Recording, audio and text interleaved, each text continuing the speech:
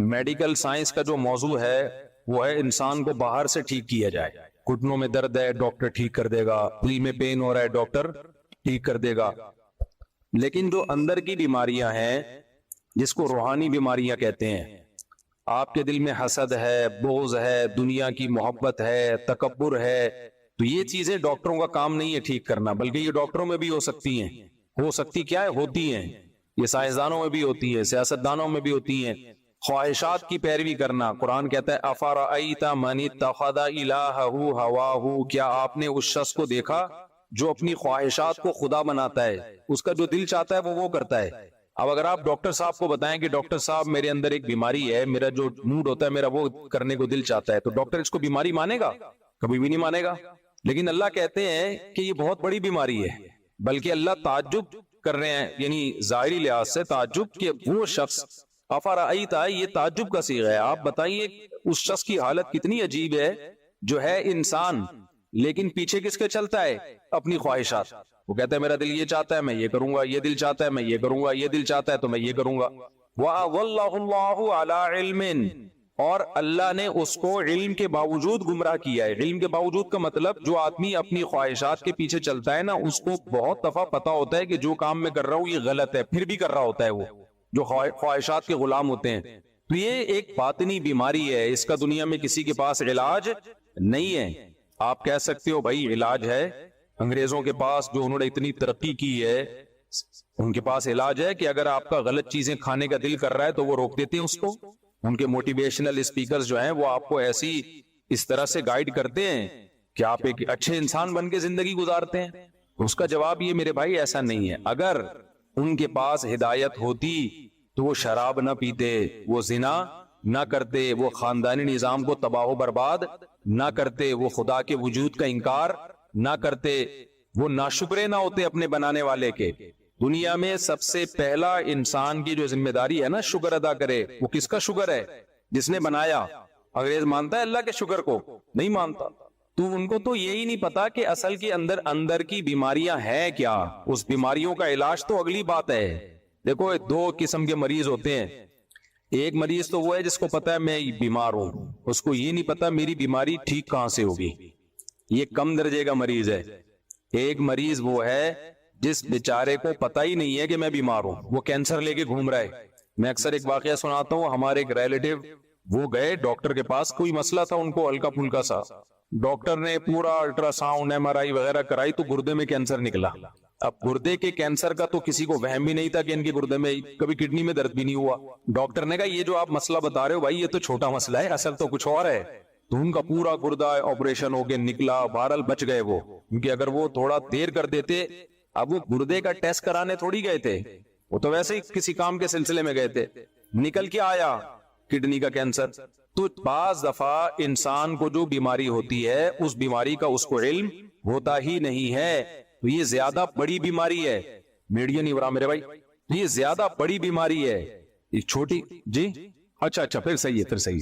تو یہ چھوٹی بیماری ہے کہ آپ کو اپنی بیماری کا علم ہو, اور یہ بڑی بیماری ہے کہ آپ کو اپنی بیماری کا علم ہے ہی نہیں. تو کافر جو ہے وہ چھوٹا بیمار نہیں ہے, وہ بڑا بیمار ہے, وہ بڑا بیمار ہے. اس کو یہ پتا ہی نہیں ہے کہ میرے اندر بیماریاں ہیں کیا, ناشکری. قرآن کہتا ہے کافر ان الانسان لربہ کفورا, انسان اپنے رب کا چھوٹا ناشکرا نہیں بہت بڑا ناشکرا ہے. تو آپ وہ ایک بات بتاؤ, شکر گزار اچھا ہوتا ہے, ناشکرا اچھا ہوتا ہے, یا شکر گزار اچھا ہوتا ہے؟ شکر گزار اچھا ہوتا ہے نا. ناشکرا غیر اخلاقی حرکت ہے نا. تو اللہ کہتے ہیں سارے کافر کیا ہیں؟ ناشکرے. اور ہم کہتے ہیں کہ سارے کافر کیا ہیں؟ مسلمانوں سے اچھے. ہم کہہ رہے ہوتے ہیں نا منہ سے, ارے مسلمانوں سے اچھے ہیں, تو اللہ ان کو یہ کیوں کہہ رہے کہ بہت بڑے ناشکرے ہیں؟ یہ وجہ کیا ہے کہ وہ یہ فیصلہ ہی نہیں کر پا رہے کہ اصل بیماری ہے کیا, غیر اخلاقی کام ہے کیا. انہوں نے خود سے غیر اخلاقی اور اخلاقی کا معیار متعین کر لیا. خود سے زنا کرنے والے کو برا نہیں سمجھتے, وہ ماں باپ کے ساتھ برا سلوک کرنے والے کو برا نہیں سمجھتے, وہ شراب پینے والے کو برا نہیں سمجھتے, وہ اللہ کا انکار کرنا, اللہ کے ساتھ غیروں کو شریک کرنا, اس کو برا نہیں سمجھتے وہ. تو اس لیے اللہ تعالی نے قرآن مجید اس لیے نازل کیا کہ اللہ نے فرمایا فیہ شفاء لما فی الصدور, تمہارے سینوں کے اندر جو بیماریاں چھپی ہوئی ہیں, جو برائیاں چھپی ہوئی ہیں, اس سے شفا صرف اور صرف قرآن سے ملے گی, قرآن کے علاوہ کوئی اور ذریعہ نہیں ہے. تو اب یہ جو میں نے آیت پڑھی ہے نا, اس میں بھی اللہ نے انسان کی اخلاقی بیماری کا تذکرہ کیا کہ ایک بہت بڑا ٹیکنیکل فالٹ انسان میں پایا جاتا ہے. ان الانسان خلق ہلوعا اذا مسہ الشر جزوعا واذا مسہ الخیر منوعا. فرمایا بہت بڑا ٹیکنیکل فالٹ یہ ہے, مینوفیکچرنگ فالٹ ہے انسان کے اندر, کہ جب اسے کوئی مصیبت آتی ہے تو یہ اس مصیبت میں بے صبرا ہو جاتا ہے, حالانکہ یہ نہیں دیکھتا کہ یہ مصیبت دی کس نے ہے, اللہ نے. تو جو خدا مصیبت دے سکتا ہے وہ مصیبت ہٹانے پر قدرت رکھتا ہے کہ نہیں رکھتا؟ کیوں نہیں بھائی قدرت رکھتا, وہ تو یہ مایوس ہونا شروع ہو جاتا ہے. تو کافر کے اندر ایک ٹیکنیکل فالٹ کیا ہے؟ مصیبتوں میں کیا ہونا؟ مایوس. دوسروں کو وہ سمجھا رہے ہوں گے مایوسی بری چیز ہے, ان کے ڈاکٹر خود مایوس ہو رہے ہوں گے. میں اس پر ایک چٹکلا مجھے یاد آتا ہے. پہلے ایک ڈاکٹر تھے, بڑے زبردست نفسیاتی ڈاکٹر, وہ خود ڈپریشن میں چلے گئے تھے ایک دم. وہ خود بتا رہے ہیں کہ مجھے خود انہوں نے بتایا کہ میں لوگوں کی ڈپریشن کا علاج کرتا تھا, ایک دفعہ مجھے کوئی ٹینشن ہوئی تو میں ڈپریشن میں چلا گیا, اور کہنے لگا میرا علاج کون کرے گا؟ تو بھائی ڈاکٹر کے پاس بھی علاج نہیں ہے اس کا. تو مجھے وہ اس پہ ایک چٹکلا یاد آتا ہے. ایک آدمی جو تھا نا, اس کی لاٹری میں 5 کروڑ روپے نکلے. کتنے روپے؟ 5 کروڑ روپے. اب غریب آدمی تھا, اس کو کمپنی جا کے بتا دیتی تمہارا 5 کروڑ روپے نکلا ہے, تو ڈر یہ تھا کہ خوشی سے مر نہ جائے گی. بھائی ایک دم بتا دیں گے تمہارے. اس نے تو چلتے ہوئے کوئی لاٹری ایسی خرید لی کہ یار 5 روپے کی مل رہی ہے, نکل کتنے آئے؟ 5 کروڑ. اس کو اب کمپنی کو ڈر یہ تھا کہ ہم نے اس کو بتایا نا تمہارے 5 کروڑ نکلے ہیں, تو یہ خوشی سے کیا ہو جائے گا؟ مر نہ جائے. تو کمپنی نے ایک ڈاکٹر, ایک نفسیاتی, جو نفسیات کا علم, نفسیاتی ڈاکٹر کہنا نہیں چاہیے, وہ ڈاکٹر ہی نفسیاتی ہے تو پھر وہ کیا علاج کرے گا؟ ایک ڈاکٹر نے مجھے کہا یار ہم نفسیاتی ڈاکٹر تھوڑی ہیں, ہم تو بالکل نارمل ڈاکٹر ہیں. نفسیاتی تو اسے کہتے ہیں جو خود پاگل ہو چکا ہو نا. نفسیات کا علاج کرنے والے ڈاکٹر, سائیکولوجسٹ, سائیکیٹرسٹ تو میڈیسن وغیرہ کے ذریعے کرتا ہے نا, وہ بھی ٹھیک ہے, چلو ہمیں ابھی کوئی. تو ڈاکٹر کو ہائر کیا کہ اس کو جا کے تم نے بتانے کہ 5 کروڑ روپے نکلے ہیں, لیکن اس طرح سے بتانا کہ یہ مر نہ جائے کہیں خوشی سے. ڈاکٹر نے کہا, تو بھی غریب ڈاکٹر تھا, اس نے کہا کوئی مسئلہ نہیں ہے. تو ڈاکٹر گیا اس کے پاس آرام آرام سے بتانے کے لیے نا, کہتے دیکھو تمہارے نا 5 لاکھ روپے نکلے ہیں, تو میں تمہیں 5 لاکھ روپے دوں گا, لاٹری میں 5 لاکھ روپے نکلے, تو تم کیا کرو گے اس 5 لاکھ کا؟ اس نے کہا یار زبردست, یہ تو بڑا زبردست ہے, میں 5 لاکھ روپے کا یہ بناؤں گا, یہ بناؤں گا, عمرہ کروں گا, فلانا کروں گا, ڈمکانا کروں گا. اچھا. کہہ رہے نہیں, ایکچولی تمہارے 10 لاکھ روپے نکلے ہیں. آہستہ آہستہ اس کو عادی بنا رہا. تو اب بتا تو 10 لاکھ کا کیا کرے گا جب میں تجھے 10 لاکھ دوں گا؟ اس نے کہا 10 لاکھ کا پھر میں یہ کروں گا, اور کچھ چیزیں بتا دی. ہوتے ہوتے 2 لاکھ, 3 لاکھ, 1 کروڑ, 2 کروڑ, 3 کروڑ, 4 کروڑ. جب 5 کروڑ پہ آیا نا, بولا یار تیرے 5 کروڑ نکلے, بتا تو کیا کرے گا؟ کہہ رہے میں سارے تجھے دے دوں گا. تو ڈاکٹر مر گیا خوشی سے. سمجھ رہے ہیں نا, جو ڈاکٹر ہے نا وہ کلٹی. وجہ کیا ہے بھائی؟ اس کو تو سنبھالنے والا ڈاکٹر تھا, وہی خبر جب ڈاکٹر کو ملے گی اس کو کون سمجھائے گا؟ سمجھ میں آ رہی ہے بات؟ وہ بھی تو عام انسانوں کی طرح کا ایک انسان ہے نا. تو یہ جو ڈپریشن کے ڈاکٹر ہوتے ہیں نا, آپ کی ڈپریشن ختم کرنے والے اور آپ کے مسائل کا حل کرنے والے, بھائی یہ بھی ہماری طرح کے کیا ہیں؟ انسان. یہ نہیں کر سکتے آپ کی اسٹریس. تھوڑی بہت میڈیسن اور تھوڑی بہت چیزیں ہوتی ہیں ان کے پاس, اس سے زیادہ کچھ بھی نہیں ہے. یہ خود پریشانیوں میں پاگل ہو جاتے ہیں بیچارے, کیونکہ انسان کی امید کا واحد ذریعہ صرف اور صرف کون ہے؟ اللہ ہے. اللہ نے قرآن مجید میں ہمارے سامنے ایسے واقعات پیغمبروں کے سنائے جن کو جو ٹینشنیں پہنچی تھی, جو پریشانیاں پہنچی تھی, ہم ان کا تصور بھی نہیں کر سکتے. ایسی ایسی پریشانیاں پہنچی ہیں, مگر ان پریشانیوں میں انہوں نے صبر کیسے کیا؟ کیا وہ ڈاکٹر کے پاس گئے تھے؟ بولو بھائی کیا ہو گیا؟ دیکھو ابراہیم علیہ السلام کو کتنی بڑی پریشانی, ان کو قوم نے اٹھا کے آگ میں ڈال دیا, پوری قوم ان کی دشمن ہو گئی, تنہا. ابھی یہ امریکہ سے آئے ہیں, 2 شادیاں کی انہوں نے. میں ان کے علاقے میں بھی گیا ہوں, سان فرانسسکو. آپ کے گاؤں کے لوگ بھی سن رہے ہوں گے یہ بیان. ان کا علاقہ ہے لاس اینجلس سے نا, بالکل ویسٹ امریکہ. تو میں نے جب یہاں بیان کیا تو میں نے ان لوگوں نے سوال پوچھا کہ 2 شادیاں کرنی چاہیے. میں نے کہا بھائی وہ امریکہ میں کیوں بولوں کہ 2 شادیاں کرنی چاہیے, وہاں انلیگل ہے تو مجھے پکڑیں گے, کرنے اپنی ذمہ داری پہ کرو. تو ان کے گاؤں کے لوگ بڑے خوش ہو گئے کہ دیکھو مفتی صاحب کہہ کے گئے یہ نہیں کرنی چاہیے، حالانکہ میں نے یہ نہیں کہا تھا کہ نہیں کرنی چاہیے، یہ مجھے بتا رہے ہیں وہاں یہ پھیلا ہوا ہے کہ مفتی صاحب نے بولا یا نہیں کرنی چاہیے، خواتین بہت خوش ہے، حالانکہ میں نے یہ نہیں بولا، میرا مقصد ہے کرنا ہے تو مجھے کیوں پھنسوا رہے ہو بھائی تم؟ تو اب یہ جب انہوں نے دوسری کی، انہوں نے مجھے ابھی عصر کے بعد یہ ملنے آئے تھے، انہوں نے پورا واقعہ سنایا، بالکل اکیلا ہو گیا میں، بالکل ڈپریشن میں چلا گیا میں، بالکل تنہا ہو گیا، خاندان میں کوئی ساتھ دینے والا نہیں، یہاں تک کہ جن دوستوں نے کہا تھا تو ہمت تو کر ہم ہیں تیرے پیچھے، وہ بھی بھاگ گئے۔ تو میں نے ان سے کہا میرے ساتھ بھی ایسا ہی ہوا تھا، جنہوں نے دوسری شادی میں اٹینڈ ہونے کے وعدے کیے ہوئے تھے نا مجھ سے، وہ بھی عین موقع پہ بھاگ گئے۔ انسان تنہا ہو جاتا ہے، تو اب یہ نہیں کہ پوری دنیا ان سے کٹ گئی ہے، چند لوگ خاندان کے کٹ گئے تو کتنی سٹریس اور ڈپریشن اس بندے نے محسوس کی ہوگی۔ سوچو ابراہیم علیہ السلام سے تو پوری دنیا کٹ گئی تھی، ایک شخص بھی ان کا ساتھ دینے والا نہیں ہے۔ بعد میں جا کے لوط علیہ السلام جو ان کے بھانجے وہ ایمان لے کر آئے، بھانجا تو چھوٹا ہوتا ہے نا بہت، تو اور پھر ابراہیم علیہ السلام اپنے والد کو کیسے سمجھا رہے ہیں، یا ابتی لم تعبدو، اے میرے پیارے ابا آپ ان بتوں کی عبادت کیوں کر رہے ہو، یہ آپ کو نفع نہیں دے سکتے، آپ کو نقصان نہیں دے سکتے، پیار سے سمجھا رہے ہیں۔ اور آگے رپلائی کیا آ رہا ہے کہ لئن لم تنتہی لارجمنک، اے ابراہیم تو دعوت سے باز نہیں آیا پتھروں سے مار کے ہلاک کروں گا میں تجھے، معاذ اللہ۔ اتنا سخت رپلائی جب باپ کی طرف سے بیٹے کو گیا ہے، کس قدر اسٹریس ہوئی ہوگی کہ نہیں ہوئی ہوگی؟ لیکن کہیں بھی نہیں ہے ابراہیم علیہ السلام نے کوئی محلے کا ڈاکٹر تلاش کیا ہو کہ بھائی دیکھیں یار یہ اتنی ٹینشنوں میں آیا ہوا ہوں، کسی اچھے ڈاکٹر سے رابطہ کرنے۔ اس زمانے میں بھی حکیم ڈاکٹر تو ہمیشہ سے ہی ہیں، کس قدر الگ ہو گئے اپنی قوم سے، بالکل ہجرت کی کہ بھائی چھوڑ کے جا رہا ہوں اکیلے۔ اللہ نے مدد کی، حضرت ہاجرہ آپ کو ملی، حضرت سارہ آپ کو ملی، آپ کی 2 ازواج، پھر دوسری اس سے بڑی ٹینشن، آپ نے حکم دیا اپنی بیوی ہاجرہ کو کہاں چھوڑ کے آؤ؟ مکہ میں۔ کتنا دور ہے وہ علاقہ بھائی، ریگستان کا سفر ہو، اونٹوں کا سفر ہو، ارض شام سے چل کے آپ جب جہاز میں سفر کرتے ہو آپ کو نظر آتا ہے نیچے ریگستان، سڑکیں وڑکیں تھوڑی تھی، ریگستان میں سفر کرنا ہے اپنی محبوب زوجہ کو لے کے، کہاں؟ ایسی جگہ جہاں مکہ میں ایک انسان بھی نہیں، کوئی بشر بھی نہیں، وہاں پہنچا کے واپس آ جانا ہے۔ کس قدر اسٹریس اور ٹینشن کا کام ہے یا نہیں ہے؟ جا رہے اپنی زوجہ کو دودھ پیتے بچے کے ساتھ چھوڑ کے واپس آ رہے، زوجہ بھی پریشان، بھائی یہ کیوں؟ زوجہ نے بھی وہاں ٹائم گزارا، کوئی ڈاکٹر تلاش نہیں کیا، نہ ابراہیم علیہ السلام نے۔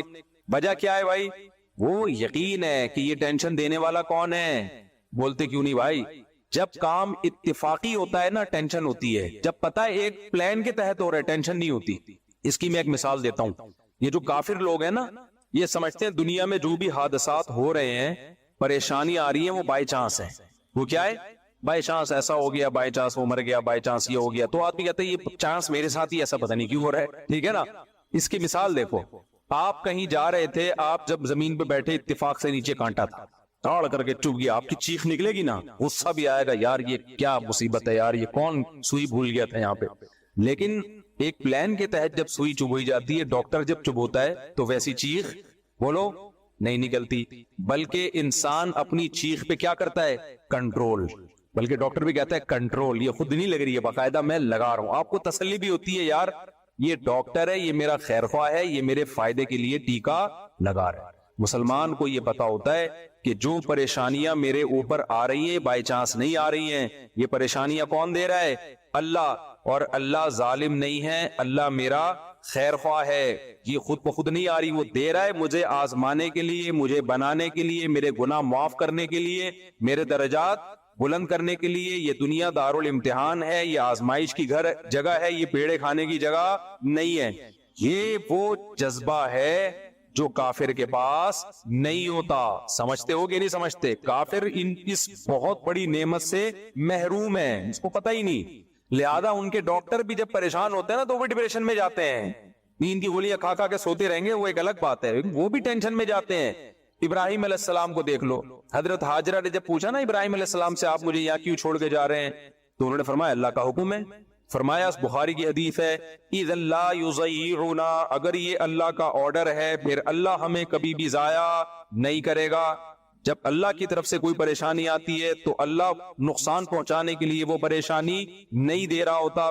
یعقوب علیہ السلام کو دیکھ لو، قرآن میں واقعات بھرے ہوئے، یونس علیہ السلام مچھلی کے پیٹ میں گئے، وہاں انہوں نے اللہ کو یاد کیا۔ تو میرے بھائی، جس کی زندگی میں اللہ ان ہوگا اس کی زندگی ڈپریشن اور پریشانیوں سے پاک ہوگی. جس کی زندگی میں اللہ نہیں ہے وہ ٹینشن دور کرنے کے لیے گٹکے بھی کھائے گا, وہ ٹینشن دور کرنے کے لیے شراب بھی پیے گا, وہ ٹینشن دور کرنے کے لیے چرس بھی, بولتے کیوں نہیں, پیے گا, وہ ٹینشن دور کرنے کے لیے زنا بھی کرے گا, وہ ٹینشن دور کرنے کے لیے مار دھاڑ بھی کرے گا. بہت زیادہ ڈپریشن میں ہوتا ہے, اٹھا اٹھا کے سر مار رہا ہوتا ہے دیواروں سے, کیونکہ اس کے پاس کوئی حل ہی نہیں ہے اس کا. تو کافر یہ سارے کام کرتا ہے لیکن پھر بھی بہت نیک بنا ہوا ہے. آئیے ہمارے پاس ہے ڈپریشن کا علاج, آئیے ہمارے پاس ہے ٹینشن کا علاج. بھائی تمہارے پاس ٹینشن کا علاج ہوتا, نشہ سب سے زیادہ تمہارے ملکوں میں نہ ہوتا, شراب سب سے زیادہ تمہارے ملکوں میں نہ ہوتی, تو مسلمان بڑی بڑی پریشانیاں اٹھا کے بھی خوش رہ سکتا ہے, کافر چھوٹی سی پریشانی میں بھی خوش نہیں رہ سکتا. تو میں یہ عرض کر رہا تھا کہ اخلاقیات انسان کو اندر سے انسان کا بچہ بنانا, اندر سے یہ ٹھیک ہو جائے, یہ قرآن کے علاوہ کسی کے بس میں نہیں ہے. تو اس یہاں ہی اللہ نے فرمایا ان الانسان خلق ہلوعا, انسان جلد باز ہے, اذا مسہ الشر جزوعا, جب اس کو کوئی مصیبت پہنچتی ہے چیخنے چلانے لگتا ہے, بے صبری کا مظاہرہ کرتا ہے. وَإِذَا مَسَّهُ الْخَيْرُ مَنُوعًا, جب خوشی پہنچتی ہے اترانے لگتا ہے, کنجوس بن جاتا ہے. تو آگے اللہ نے کیا فرمایا, إِلَّا الْمُصَلِّينَ, فرمایا کچھ بندے ایسے ہیں جو مجھ پر اعتماد اور توکل کرتے ہیں, میں ان کی زندگی میں ان ہوں. تو جس کی زندگی میں اللہ ہے اسے یقین ہے کہ پریشانی کون دے رہا ہے, اللہ. دور کون کرے گا, اللہ. پر وہ پریشانی دے رہا ہے میرے فائدے کے لیے, مجھے رسوا کرنے کے لیے نہیں دے رہا. اگر کوئی یہ سمجھتا ہے نا اللہ مجھے پریشانی دے رہا ہے, اس کو مجھ سے کوئی دشمنی ہے معاذ اللہ, تو حدیث میں آتا ہے پھر جیسا یہ گمان رکھتا ہے اللہ معاملہ ویسے ہی کرتے ہیں اس کے ساتھ. کتنے لوگ میرے پاس آتے ہیں, مجھے کہتے ہیں یار مفتی صاحب ایک پریشانی کے بعد دوسری, دوسری کے بعد تیسری, پتہ نہیں اللہ کو میں ہی ملاؤں. یہ جو الفاظ آپ منہ سے نکال رہے ہو نا, تو حدیث میں آتا ہے اللہ تعالیٰ فرماتے ہیں انا عند ظن عبدی بی, کہ میرا بندہ میرے بارے میں جو گمان کرے گا میں پھر ویسا ہی ہوں اس کے ساتھ. اگر بندہ یہ سمجھے یار یہ پریشانیاں در پریشانی آ رہی ہیں, بس اللہ کی طرف سے مجھے صبر کرنا چاہیے, تو ان پریشانیوں کو اللہ اس کے حق میں نعمت بنا دیتے ہیں. اور اگر وہ یہ سمجھتا ہے کہ یہ پریشانیاں اللہ کی طرف سے مجھے نقصان پہنچانے کے لیے اللہ کو میں ہی ملاؤں, تو پھر اللہ ان پریشانیوں کو اس کے لیے نعمت کے بجائے عذاب بنا دیتے ہیں. نبی صلی اللہ علیہ وسلم نے فرمایا کہ آپ صلی اللہ علیہ وسلم نے ایک بوڑھے کے پاس گئے, وہ شدید بخار میں تھا. آپ نے فرمایا طہور انشاءاللہ, یہ بخار تمہارے گناہوں کے معاف کرنے کا ذریعہ بنے گا. نبی نے فرمایا کہ جس شخص کو بخار ہوتا ہے نا, جو بخار کی گرمی یہ جہنم کی آگ کی گرمی کو کم کرتی ہے, جو جہنم کی آگ کا حصہ ہے نا جو اس کو آخرت میں ملنا تھا, اللہ بخار کی شکل میں دنیا میں دیتے ہیں اس کو, اور یہ بہت تھوڑے میں بہت بڑا عذاب اس سے ہٹا دیتے ہیں. بھائی دنیا میں بہت تھوڑے میں وہاں کی بہت بڑی تکلیف اللہ دور کرتے ہیں. یہاں بہت تھوڑا ہوگا وہاں بہت زیادہ ہوگا, اللہ کہتے ہیں وہاں کے بجائے یہاں تھوڑا دے دوں تاکہ وہاں کے زیادہ سے بچ جائے. تو بوڑھا بخار میں تھا, آپ صلی اللہ علیہ وسلم نے فرمایا کہ اللہ کی طرف سے یہ معافی کا ذریعہ ہے. وہ بخار میں اس کو غصہ, یہ مغفرت نہیں ہے, یہ بڈھے پہ عذاب مسلط ہوا. اس طرح کے الفاظ انہوں نے کہا نہیں بوڑھے پہ کیا ہے, یہ ایک عذاب ہے. تو آپ نے فرمایا اب یہ عذاب ہی ہے, تمہاری اگر نیت یہ ہے کہ اللہ عذاب دے رہا ہے تو پھر اب یہ کیا ہے, اب یہ اللہ کی طرف سے عذاب. تو اللہ نے فرمایا کہ جن لوگوں کی زندگی میں اللہ ہے تو وہ جلد باز نہیں ہوتے, مصیبتوں میں صبر کرتے ہیں, خوشیوں میں اللہ کا شکر کرتے ہیں. لیکن جن کی زندگیوں میں اللہ ہے ان کی علامتیں کیا ہیں, آگے اللہ نے وہ علامتیں بتائی, کیونکہ ہر آدمی کہتا ہے میں اللہ کو مانتا ہوں, کہتا ہے کہ نہیں کہتا, تو اللہ نے علامتیں بتائیں. فرمایا کہ یہ زمانی دعویٰ قبول نہیں ہے کہ تم کہو میں اللہ پہ ایمان رکھتا ہوں. جن کی زندگی میں اللہ ہے, جو اللہ پہ اعتماد کرتے ہیں, وہ سمجھتے ہیں مصیبت دینے والا بھی اللہ, خوشیاں دینے والا بھی اللہ, تو اللہ نے فرمایا کہ ان کی علامت یہ ہے الا المصلین, کہ وہ نماز پابندی سے قائم کرتے ہیں. جو آدمی 5 وقت پابندی سے نماز نہیں پڑھتا اور کہتا ہے میں اللہ پہ ایمان رکھتا ہوں, یہ خالی پیلی کا دعویٰ ہے, اندر سے کھوکھلا دعویٰ ہے. اس دعوے کی اللہ کی نظر میں کوئی حقیقت بولو نہیں ہے. الا المصلین, اللہ کہتے ہیں نماز پڑھے سب سے پہلے. جب اللہ کو مانتا ہے, مجھے بتاؤ تھانے سے ایس ایچ او صاحب کا میسج آ جا بھائی تیرا بلاوا آیا ہے, اگر آپ کو پتہ ہی نہ ہو کہ تھانے سے بلایا, ویسے ہی کوئی بندہ چلتے ہوئے کہہ رہا ہے یار تجھے صاحب بلا رہے ہیں, آپ بولے گا جا بے تیرے نوکر ہیں ہم جو صاحب بلا رہے ہیں. لیکن پتہ چل جائے وہ تصویر دکھائی ہے ایس ایچ او صاحب ہے, انہوں نے بلایا ہے, جاؤ گے کہ نہیں جاؤ گے, بولتے کیوں نہیں بھائی, ویسے تو نہیں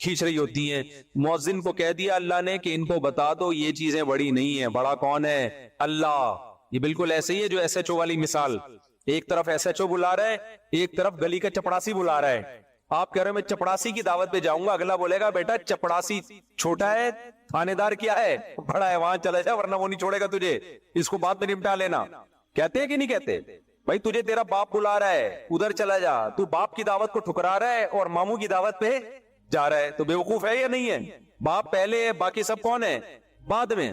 تو اللہ تعالیٰ بھی قرآن میں کہتے ہیں اذان کے ذریعے یہ کہلوایا اللہ اکبر, اللہ سب سے بڑا ہے. یہ بتا دیا کہ اب اس کے آرڈر کے آگے بیوی, بچے, باپ, ماں, کاروبار, بزنس, جاب, ملازمت سب کیا ہیں؟ چھوٹے ہیں, بہت چھوٹے ہیں.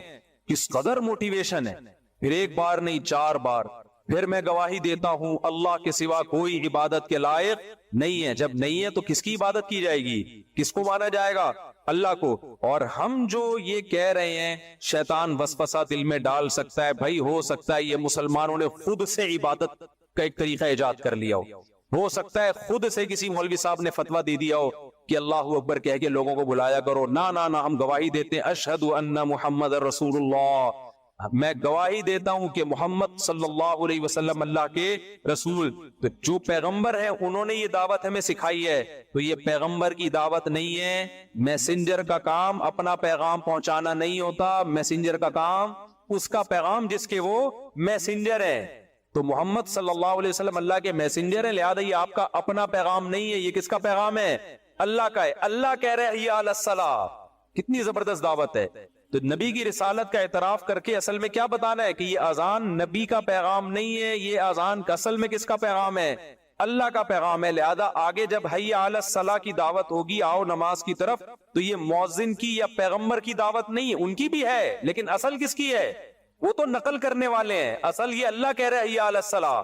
ہم کیوں نہیں آتے نماز کے لیے؟ اس لیے کہ ہم سمجھتے ہیں مؤذن صاحب کہہ رہے ہیں. جب اذان ہو رہی ہے تو کہتے ہیں مؤذن کہہ رہے اللہ اکبر اللہ اکبر, مؤذن اذان دے رہا ہے. حی علی الصلاۃ کہہ رہے ہیں, مؤذن کہتے ہیں یار مؤذن صاحب کو چونکہ تنخواہ ملتی ہے لہذا اس نے تو ٹائم پہ کیا کہنا ہے؟ حی علی الصلاۃ ہی کہنا ہے. 2 دفعہ حی علی الصلاۃ کہنا ہے, 1 دفعہ بھی کہے گا تو تنخواہ کیا ہو جائے گی؟ ابے کوئی حی علی الصلاۃ 1 دفعہ کہہ کے نکل لے پتلی گلی سے, اس کو مؤذن کو پوری تنخواہ ملے گی؟ مجھے لگ رہا ہے آپ لوگ کی سمجھ میں آ نہیں رہا. بیا مؤذن 1 دفعہ بھی 1 لفظ بھی چھوڑ دے, تنخواہ پوری ملے گی؟ اس کو نہیں ملے گی. لوگ پکڑ کے ماریں گے اذان تو پوری دے. تو ہم یہ سمجھ رہے ہوتے ہیں یہ حی علی الصلاۃ, آؤ نماز کی طرف, یہ اعلان مؤذن کر رہا ہے. میرے بھائی یہ ہماری غلط فہمی ہے, مؤذن نہیں کر رہا. یہ کون کر رہا ہے اعلان؟ یہ اللہ کہہ رہے حی علی الصلاۃ, حی علی الفلاح. ہاں مؤذن کا مقام بلند ہے اس لیے کہ وہ اللہ نے جو اس کے ذمہ ڈیوٹی لگائی وہ اس ڈیوٹی کو پوری کر رہا ہے. اس لیے جب بھی کہیں جنگلوں میں نماز پڑھا کرو نا تو خود اذان دینے کی کوشش کیا کرو. نبی صلی اللہ علیہ وسلم نے فرمایا کہ سب سے اونچی گردن قیامت کے دن مؤذن کی ہوگی. یہ کنایہ ہے عزت سے, کیونکہ وہ 5 ٹائم اللہ کا اعلان فضاؤں میں بلند کرتا ہے. ہمارے حضرت کے ایک شاگرد تھے, شاگرد تو نہیں مرید تھے, وہ پی آئی اے میں بہت بڑے آفیسر تھے, بہت بڑے آفیسر, سینئر ترین آفیسر تھے وہ. لیکن جب وہ جامع دارالفتہ آتے نا ہمارے حضرت کے ہاں تو اذان وہ خود دیا کرتے تھے. ان کی کوشش ہوتی جب میں ہوں تو میں ہی اذان دوں, کسی اور کو نہیں اذان دے رہے دیتے تھے. تو کمال ان کا یہ نہیں تھا کہ اذان دیتے تھے, کمال یہ تھا کہ جب کوئی ان سے ملتا کہ آپ کیا کرتے ہیں تو کہتے تھے میں مفتی رشید احمد صاحب کے ہاں مؤذن ہوں. وہ اپنے اس عہدے کا نہیں بتاتے تھے کہ میں پی آئی اے میں اتنا بڑا آفیسر. بھائی پوچھتے آپ کیا ہو؟ کہتے میں کیا ہوں بھائی, میں مؤذن ہوں. کہتے یار اتنا پڑھا لکھا آدمی, انگلش ٹھش ٹھش بولتا ہے اور ایسے گیٹ اپ سے بھی لگتا ہے کوئی بڑا آدمی ہے, کھاتا پیتا, اور کام کیا کر رہے ہیں مؤذن؟ وجہ کیا تھی؟ وہ کہتے تھے بھائی قیامت کے دن میرا مؤذن ہونا یہ میرے لیے زیادہ بڑا اعزاز ہوگا, پی آئی اے کا آفیسر ہونا زیادہ بڑا اعزاز نہیں ہوگا. تو ایسا نہ ہو دنیا میں جب کوئی ملے میں عزت کے لیے بولوں پی آئی اے کا آفیسر ہوں, قیامت میں اللہ جب مؤذنوں کو بدلہ دے رہا ہوگا تو اللہ کہے گا تو آفیسر پہلے, مؤذن تو کیا ہے بعد میں. تو جو وہاں کہنا یہاں بھی کیا کہو, یہاں بھی وہی کہو. اللہ کہے گا ادھر تو پیڑے کھانے کے لیے مؤذن نہیں ہوں, کیونکہ مؤذن جب کوئی کہتا نا تو رشتہ ہی نہیں ہوتا. ہمارے محلے میں ایک صاحب تھے, ان کی بھی جاب تھی اچھی, ان کو بھی شوق تھا یار چلو میں بھی اذان دے دیا کروں جا کے, کبھی کبھار وہ بھی اذان دیتے. یہ میرے سامنے کا واقعہ ہے. ان کے رشتے والے آئے, لڑکی والے گھر میں آ کے بیٹھے ہوئے, وہ سامنے بیٹھے ہیں, لڑکی والے ادھر, لڑکے والے سامنے. یہ لڑکا کہیں چلا گیا اذان دینے, اذان کا ٹائم ہو گیا تھا, حالانکہ اس کی اچھی جاب بھی تھی ایک الگ سے, پراپر مؤذن نہیں تھا یہ. یہ چلا گیا کہ ہماری مسجد میں وہاں نا جہاں ہم پہلے رہا کرتے تھے پراپر مؤذن نہیں تھا. امام صاحب نے کہا تھا جس دن تو اذان دینے کا شوق ہے سب دے سکتے ہیں, کوئی ایک آدمی نہیں ہے جس کو دل چاہتا ہے اذان دے آ کے. تو وہ گئے اذان دینے کے لیے, لڑکی والے نے اچھا لڑکے والوں نے فخر سے بتائی ہمارا بیٹا اذان دے رہا ہے. ان کا خیال تھا کہ وہ تو خوش ہو جائیں گے, مسلمان ہیں. تو لڑکی کے ابا نے کہا کہ اچھا یہ آپ کا بیٹا اذان دے رہا ہے؟ ہاں. ہم نے نہیں کرنی بھائی یہاں پہ, ہم مولویوں کو سے شادی نہیں کرتے, تو ہم مولویوں کو نہیں دیتے اپنی بیٹی. وہ رشتہ ہی توڑ کے چلے گئے. ابے بھائی تو اس کو ملو تو صحیح, تم دیکھو تو صحیح, اس کو نہیں بس اذان کیوں دے رہا ہے یہ تو مولانا نکلا. مجھے ایک جگہ گھر چاہیے تھا کرائے پہ گھر چاہیے تھا, یہ کچھ وقت پرانی بات ہے. تو میں نے کسی کے ذمے لگایا, اسٹیٹ ایجنٹ کے گھر وزٹ کیا, وہ دیکھا بڑا زبردست. تو میں نے اسٹیٹ ایجنٹ سے کہا کہ یار ان لوگ کو بتا دینا میں ایگری ہوں. اسٹیٹ ایجنٹ وہ کوئی خاتون اس گھر کی مالک تھی. اسٹیٹ ایجنٹ نے ان کو بتایا کہ خاتون ہے, ان سے رابطہ کیا اور کہا کہ یہ مفتی صاحب ہیں وہ گھر لینا چاہتے ہیں. تو اس خاتون نے ان کو آڈیو بھیجی, وہ آڈیو اس نے مجھے بھیج دی. کہا کہ مفتیوں کو ہم نے گھر نہیں دینا ہے. مطلب کوئی نارمل قسم کے لوگ لے کر آؤ, مفتیوں کو ہم نے گھر, ایسا تنزیہ. ابھی بھی وہ آڈیو میں سنا سکتا ہوں, ابھی میرے موبائل میں پڑی ہوئی ہے اس خاتون کی آڈیو آپ, لیکن وہ سمجھ جائے گی کہ میری بات ہو رہی ہے اس لیے میں سنا نہیں رہا. وہ میں نے واٹس ایپ پہ سنبھال کے رکھی ہوئی ہے, مفتیوں کو ہم نے گھر نہیں دینے. میں نے کہا بھائی نہیں دینا تو اس کو نہ دو, ہمیں کیا دوسرا کوئی گھر لے لیں گے, کیا خیال ہے, اللہ کی زمین چھوٹی تھوڑی ہے. خیر, تو کہاں سے کہاں بات چلے گی, جلدی سے بات کو سمیٹتا ہوں میں. تو اللہ کی طرف سے یہ مؤذن کی اپنی آواز نہیں ہے بھائی. اگر مؤذن کی اپنی آواز ہوتی تو مؤذن ہمارا ماموں لگتا ہے جو ہم اس کی دعوت پہ لبیک ہیں. کیا خیال ہے, مؤذن کہ حی علی السلام کہیں چل میں آ رہا ہوں, ہمارا ابا کہے گا نہیں مجھے میں نے بلایا تھا اس دن آیا نہیں تھا, تو مؤذن سے تیرے بڑے تعلقات ہیں, ایک دفعہ حی علی السلام بول دیا اٹھ کے جا رہا ہے. تو ہم کیوں جاتے ہیں, ہم کہتے ہیں بھائی یہ مؤذن کی آواز نہیں ہے, یہ کس کی دعوت ہے, یہ اللہ کی دعوت ہے. حی علی الصلاۃ, آؤ کس کی طرف, نماز کی طرف. حی علی الفلاح, پھر اللہ کہتے ہیں آؤ کامیابی کی طرف. دو چیزیں روکتی ہیں, ایک آپ اس دعوت کو ویلیو نہیں دے رہے, جیسے کوئی چپڑاسی بلا رہا ہو اور ایس ایچ او بلا رہا ہو اور آپ ویلیو نہ دے رہے ہو ایس ایچ او کو, تو اگلا کیا کہے گا, ابے یہ تانے دار ہے تجھے بلا رہا ہے, تو چپڑاسی کی دعوت پہ لبیک کہہ رہا ہے. جیسے قرآن نے کہا نا اللہ اکبر, یہ دنیا سب اللہ کے مقابلے میں کیا ہے, چھوٹی ہے, اللہ سب سے بڑا ہے, تو بڑا ہے اس کی دعوت پہ جا. دوسری چیز جو انسان کو روکتی ہے اس دعوت سے وہ لالچ. بعض دفعہ چپڑاسی کی دعوت پہ چلا جاتا ہے, ایس ایچ او کی دعوت پہ نہیں جاتا, اسے پتا ہے چپڑاسی کی دعوت میں 1 کروڑ روپے ملیں گے, ایس ایچ او صاحب پتہ نہیں چائے پلائیں گے, کیا پلائیں گے, کیا ہوگا, کل چلا جاؤں گا, پرسوں چلا جاؤں گا. بعض دفعہ یہ بھی ہوتا ہے. تو نماز میں بھی جب اللہ اذان میں ہمیں بلاتے ہیں نا حی علی الصلاۃ, آؤ نماز کی طرف, تو ہمیں اللہ اکبر سے یہ تو پتا چل گیا کہ اللہ سب سے بڑا ہے بھائی. اب دکان چھوٹی, باقی تمام چیزیں چھوٹی, سب سے بڑا کون, اللہ. لیکن شیطان کہہ سکتا ہے بھئی اللہ بڑا تو ہے لیکن ملے گا کیا وہاں جا کے, دکان پہ بیٹھا رہے گا, بے شک چھوٹی ہے, کسٹمر بھی تو ہے نا, پیسہ بھی تو ہے. وہی بات نہیں, چھوٹے کی دعوت پہ لبیک کہہ لو, پیسہ مل رہا ہے. بڑے کی دعوت پہ لبیک کہو گے, مسجد جاؤ گے, امام صاحب چندہ ہی مانگ لیں گے اور تو کچھ بھی نہیں ہوگا, کوئی 50 روپے بھی نہیں ملیں گے. فجر پڑھ کے, ظہر پڑھ کے, عصر پڑھ کے, تو خالی پیلی کچھ بھی حاصل ہونے والا نہیں ہے. ادھر نماز چھوڑوں گا تو ڈرامہ پورا چلے گا میرا, ٹھیک ہے نا, کرکٹ کا میچ آ رہا ہے, آخری چھکا چل رہا ہے, آخری بال چل رہی ہے, کیسے جذبات ہیں یار, یہ سین رہ جائے گا, انڈیا پاکستان کا میچ ہے, تو بعد میں لوگوں کے بتانے میں وہ مزہ تھوڑی آئے گا. لاسٹ اوور ہے, ادھر حی علی الصلاۃ اقامت ہو رہی ہے, یہ مزے رہ جائیں گے میرے, اور پھر وغیرہ وغیرہ جو پیسیوں چیزیں.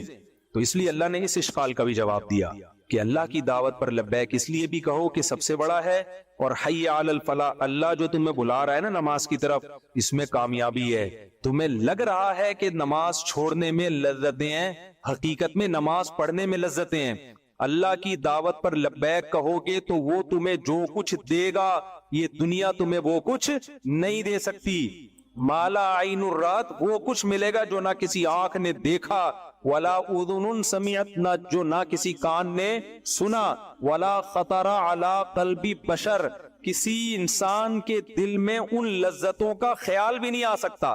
آپ سوچنا شروع کرو نا جنت کے عیش کو, تو سوچتے سوچتے جو آپ کی انتہا ہوگی نا, جنت اس سے آگے سے شروع ہوگی. ایسی عیش کی زندگی, دنیا میں بھی سکون مل جاتا ہے نمازی کو, صرف آخرت کی بات نہیں ہے. تو اس لیے اللہ نے فرمایا چھوٹی کامیابی نہیں, فلاح کہتے ہیں بہت بڑی کامیابی, حی علی الفلاح. تو میرے بھائی اتنی لمبی تقریر 5 ٹائم اللہ کی طرف سے ذمہ داری ہے مؤذن کی, تم ان کو کہو, لیکن اللہ نے کہا مؤذن کو اپنا میرا پیغام پہنچا دو کسی کے گھر جانے کی تمہیں اجازت نہیں. ایسا نہیں ہے کہ اب نہیں آ رہا تو پیچھے سے پولیس آ رہی ہے آپ کو نکالنے کے لیے, کہ اللہ نے ایسے جو آپ کو بلائے گا نا, آپ نہیں جاؤ گے تو پیچھے موبائل آئے گی, بولے گا تیرے کو تمیز سے بلایا, آ نہیں رہا, چل. لیکن اللہ یہ کام نہیں کرتا. اللہ مؤذن کو کہے گا پیغام دے دے, فضاؤں میں میری صدا گونجے, ان کے کان تک آواز پہنچ جائے. اس کے بعد کیا کرنا ہے؟ اللہ کہتے ہیں چھوڑ چھوڑ, زبردستی نہیں جانا کسی کے گھر سے گھسیٹ کے اس کو نماز کے لیے نہیں نکالنا. وجہ ہے یہ آزمائش کے خلاف. میں نے ایک دن رکھا ہوا ہے کہ میں دیکھ رہا ہوں, چیک کر رہا ہوں کون میری دعوت پر لبیک کہتا ہے, کون میری دعوت پر لبیک نہیں کہتا. بس نوٹ کر رہا ہوں میں. تو ہم تو سمجھتے ہیں نا کہ ہم نمازیں چھوڑتے ہیں کچھ بھی نہیں ہو رہا. بھائی اللہ کہہ رہا ہے میں تجھے ہر بار یاد دلاتا ہوں. اب یہ تیرا فالٹ ہے کہ تو اس اذان کی کانوں کو اذان کی آواز کو تو ویلیو نہیں دیتا. اب یہ تیرا فالٹ ہے. میں نوٹ کرتا جا رہا ہوں کون پڑھتا ہے کون نہیں پڑھتا. نبی صلی اللہ علیہ وسلم نے فرمایا جو اللہ کی دعوت پہ لبیک کہتے ہیں, پہلی صف میں آ کے نماز پڑھتے ہیں, کل قیامت کے دن جب اللہ کا دربار لگے گا وہ بھی کہاں ہوں گے؟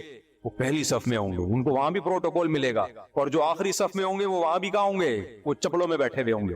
اور جو آتے ہی نہیں ہوں گے وہ دربار میں بیٹھنے کی ان کو اجازت ہی نہیں ہوگی. سورہ معارج میں اللہ نے کیا فرمایا؟ سورہ قلم میں فرمایا کہ یوم یکشف عن ساق ویدعون الی السجود, قیامت کے دن اللہ اپنی تجلی کو ظاہر کریں گے تو لوگ جب اللہ کو کی زیارت کریں گے نا تو اہل ایمان سجدے میں گر جائیں گے. اس سجدے میں ان کو اتنی لذت ہوگی, اس سے پہلے کبھی کسی چیز میں ان کو ایسی لذت محسوس نہیں ہوگی.